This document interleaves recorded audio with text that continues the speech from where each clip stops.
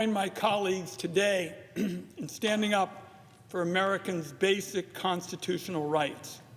Donald Trump has again deployed agents and troops to my ask unanimous consent to vacate the quorum call. Without objection.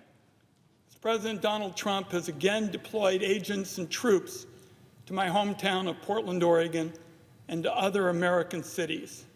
He announced this authoritarian occupation with orders for federal agents to use, and I quote, full force.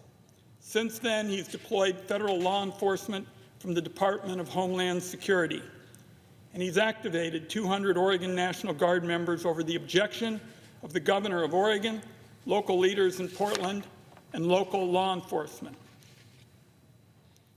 He has tried to deploy an additional 300 troops from California, the National Guard there, and 400 troops from the Texas National Guard, all to my hometown. Colleagues, during this government shutdown, our Guard members will not even be paid for this unnecessary, unwanted deployment. Activating the Oregon National Guard alone is going to cost $10 million and will pull Guard members away from much more important work.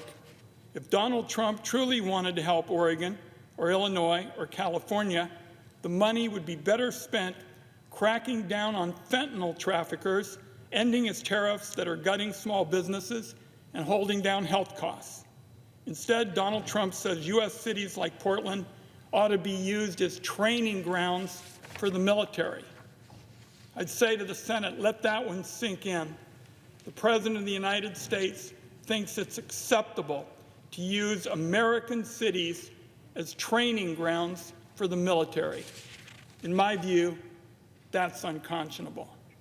My hometown is a vibrant and peaceful city.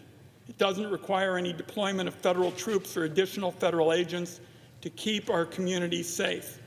In fact, the federal judge who was appointed by Donald Trump himself has ruled repeatedly against the troop deployment. She said there was no showing that military help is necessary to protect law enforcement or the one federal building for ICE. Portland's police department has said there's no need for federal agents in our city as well, and that the administration's deployment of ICE agents is making it actually harder for them to do their jobs and keep our city safe. The notion that my hometown is somehow a war zone in need of saving is a fantasy made up by Donald Trump and far-right trolls. Oregonians have taken to social media to show that my community is really peaceful. You see it in our gardens and our vegetable stands. You see it in musicians playing on the sidewalks. My constituents have long engaged in peaceful First Amendment activity. The governor and the mayor of Portland have the appropriate resources to maintain peace and order in our communities. My view is this Trump unilateral action is an abuse of executive authority.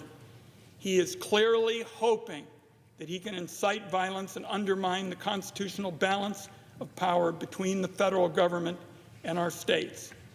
In addition to the judicial ruling in Oregon last month, a federal judge in California ruled that the Trump administration actually violated black-letter law through the deployment of troops to Los Angeles.